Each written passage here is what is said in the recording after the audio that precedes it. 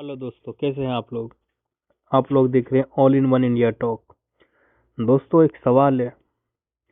कल जो एक फैसला आया सुप्रीम कोर्ट की तरफ से, जुडिशियल की फेलियर की तरफ से, ये टोटली एक सिस्टम का फेलियर है।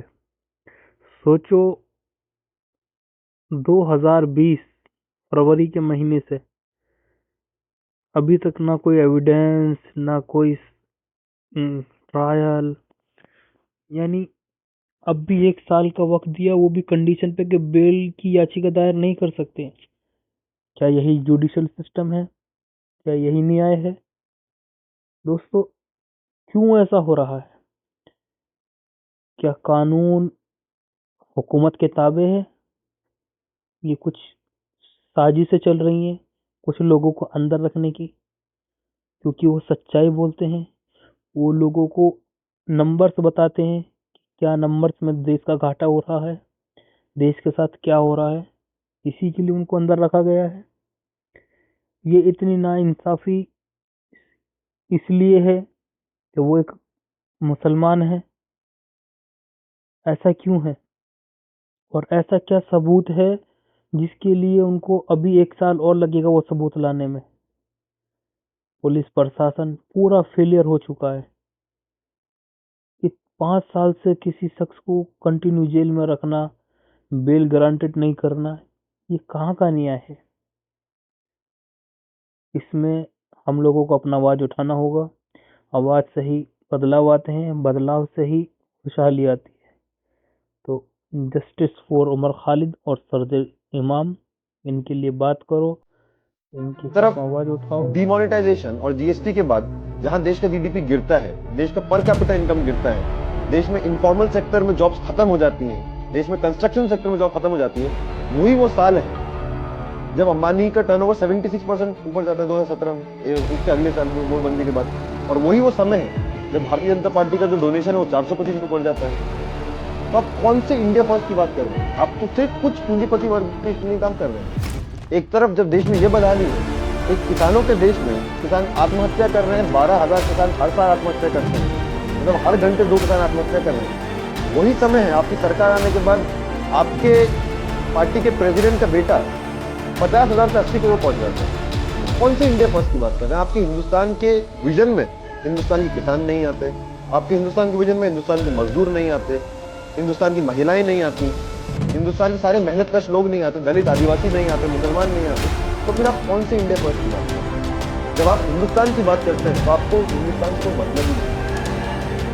मतलब उनका धर्म, ईमान सब सकता है, पैसा है। ये हिंदुओं के भी नहीं, मुसलमानों के भी नहीं। सब लोग इस पूरे जो उन्माद फैलाया जा रहा है, कभी राष्ट्रवाद के नाम पे, कभी और चीजों के नाम पे, मतलब अभी सिर्फ राष्ट्रवाद ही नहीं है, राष्ट्रवाद के साथ जोड़ा जाता है हिंदू धर्म। जो बोला जाता है हिंदू खतरे में, मतलब एक राष्ट्रवाद में राष्ट्र के कितने खतरे हैं उन सबको खत्म कर देना चाहिए इतना एंटी-नेशनल है। ये बोला है हिंदू धर्म ही खतरे में। मैं नरेंद्र मोदी साहब से पूरा इस्तीफा करता हूँ, मैं भी मानता हूँ हिंदू खतरे में, बस इतना सा डिफरेंस है कि वो खतरा मुसलमानों के नहीं, वो खतरा बीजेपी से। जब देश में रोजगार ही नहीं होगा तो ना मुसलमान को ना हिंदू को किसी को भी रोजगार नहीं मिलेगा। जब रोजगार कम होंगे और बोला जाएगा पकौड़ा बेचो, तो हिंदू मुसलमान दोनों ही पकौड़े बेचेंगे। जब काला धन वापस नहीं आएगा, जब भ्रष्टाचार खत्म नहीं होगा, सबको प्रॉब्लम होगा।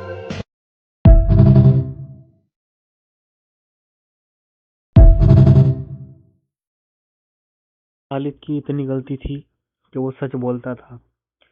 सच बोलने की सजा वो भुगत रहा है, क्योंकि ये सत्ताधारी नहीं चाहते वो बाहर आए और इनके किए कर्म कांड को वो गिनाए। ये सत्ताधारी नहीं चाहते उमर खालिद बाहर आकर इनके चल रहे प्री प्लान को निस्तो नाबूद कर दे। ये सत्ताधारी नहीं चाहते कि वो आए और लोगों के अंदर अवेयरनेस फैलाए। दोस्तों, उसके लिए आवाज उठाना जरूरी है। आवाज उठाएं। एक रेपिस्ट को बेल मिल जाती है, एक देश का पैसा लेके भाग जाने वाले को पकड़ा नहीं जा सकता है, लेकिन देश के लिए आवाज करने वाले को उठा लिया जाता है, देश के हक में बात करने के लिए उठा लिया जाता है। देखिए वीडियो और अपनी राय से आगाह कीजिए। अगर आप इस वीडियो को देख रहे हैं, इसका यह मतलब है कि मुझे गिरफ्तार कर लिया गया है। इस वीडियो के जरिए मैं आपको एक संदेश देना चाहता हूं। दिल्ली दंगों में जो दिल्ली पुलिस की कार्रवाई है उसमें वो दंगाइयों को नहीं पकड़ रहे हैं, जिन्होंने खुलेआम दंगा किया, दंगा भड़काया, पुलिस की मौजूदगी में भड़काया, टीवी कैमरा के सामने भड़काया। हम सबने देखा।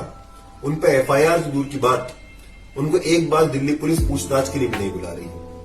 वहीं दूसरी तरफ जो सरकार के आलोचक हैं, जो सरकार की नीतियों का और खासतौर से सीए कानून का विरोध कर रहे थे, एनआरसी का विरोध कर रहे थे, उनको झूठे मुकदमों में फंसाया जा रहा है।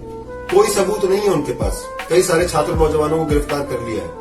पिछले कई महीने से मुझको भी गिरफ्तार करने की कोशिश कर रहे हैं। झूठे झूठे बयान चलाते रहते हैं टीवी पे। पहले मेरी एक स्पीच जो 17 मिनट की स्पीच थी उसमें से 20-30 सेकंड निकाल के उसको वायरल किया गया और बताया गया कि ये दंगे की साजिश है, कि मैंने लोगों को बोला कि सड़कों पर आके विरोध प्रदर्शन करें। जब मैंने वो पूरी 17 मिनट की स्पीच अपलोड कर दी, जिस स्पीच में मैं दंगा और हिंसा तो दूर की बात, मैं सत्याग्रह और अहिंसा गांधी के संदेश की बात कर रहा था, तो अब वो मेरे खिलाफ और नए नए झूठे बयान टीवी में चलाते हैं, मीडिया में चलाते हैं। लोगों से झूठी गवाही देने को मजबूर किया जा रहा है, उनको डरा धमका के पुलिस द्वारा, और कोशिश करी जा रही है कि जो भी सरकार की आलोचना करता है आज उसको जेल के पीछे बंद कर दिया जाए। क्या खता है मेरी? क्या ये खता है मेरी कि मैं बोलता हूं कि देश जितना आपका है उतना मेरा भी है? ये हमारा हिंदुस्तान जो खूबसूरत देश है, यहाँ इतने सारे धर्म को मानने वाले लोग रहते हैं, इतनी सारी भाषाएं बोलने वाले लोग रहते हैं, इतने अलग अलग प्रकार के लोग रहते हैं, लेकिन वो सारे लोग कानून के सामने, संविधान के सामने बराबर है। आज इसको बदलने की कोशिश करी जा रही है। आज हमको बांटने की कोशिश करी जा रही है, और इस बांटने की राजनीति के खिलाफ जो बोलता है उसको डरा धमका के जेल के पीछे बंद करके उसकी आवाज को बंद करने की कोशिश करी जा रही है। वो हमको डरा रहे हैं, लेकिन वो साथ में आपको भी डरा रहे हैं। वो हमारी आवाज को बंद कर रहे हैं, हमको कैद कर रहे हैं जेलों के पीछे, लेकिन आपको भी झूठ के अंदर कैद करना चाहते हैं, आपको डरा के चुप करा देना चाहते हैं। बस एक अपील करके मैं अपनी बात खत्म करूंगा, डरिए मत, नाइंसाफी के खिलाफ आवाज बुलंद कीजिए।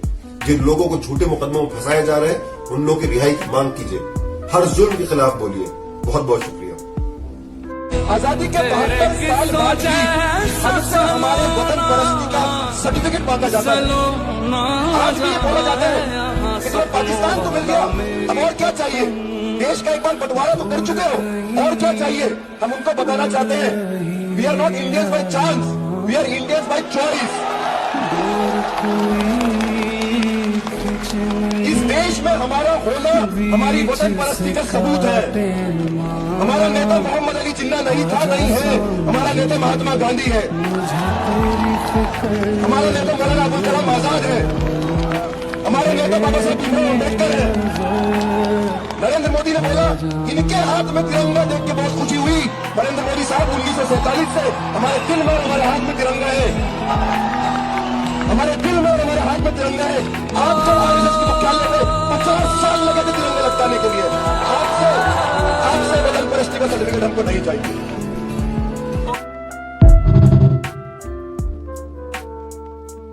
जो अभी की सत्ता है, जब तक हम इसको नहीं बदलेंगे, हिंदुस्तान की आवाम सही मायने में आजाद नहीं होगी। और यही बात कहीं ना कहीं आज से बहुत साल पहले शहीद आजम भगत सिंह ने बोला था कि अगर अंग्रेज चले गए लेकिन सत्ता में बदलाव नहीं आया तो भूरे अंग्रेज उनकी जगह आ जाएंगे और गुलामी फिर भी चलती रहेगी।